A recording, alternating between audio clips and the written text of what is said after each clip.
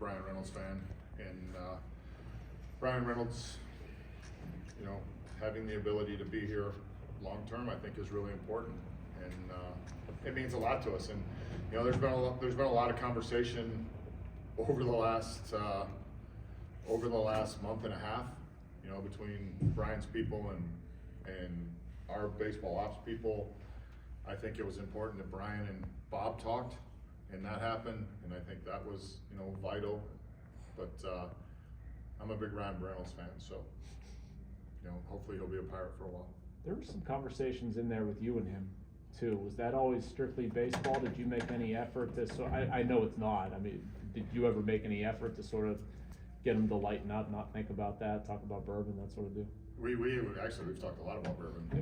He's got a really nice bourbon collection, and he may have a nicer bourbon collection as we go forward. But yeah, we talked about it a little bit. I think, you know, we have conversations about a lot of things, and you know, I try to do that with all of our guys. Have conversations about a lot of things, but I think it's really important. I think it's really important, you know, that organizationally we're aligned and player-wise we're aligned, and that's why you have to have a lot of conversations, and that's why there has to be a lot of, you know, people that have conversations, you know, and that starts from the top down.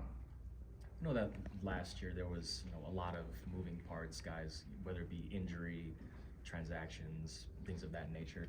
How important is it to know that, you know, the roster is going to change over years, but to know like you're going to have, you know, between Key and Bryan, like two guys that could be there as pillars moving forward. There's going to be that continuity. What does that mean for a clubhouse? I think consistency to a roster is really important, and some of that comes, you know, when you sign people, and some of it comes just from when you're in your system, because of the fact that guys come to the big leagues and you have that ability for them to be here. So I think that's kind of twofold, and then you have to be able, as we've seen this year, to supplement with guys externally.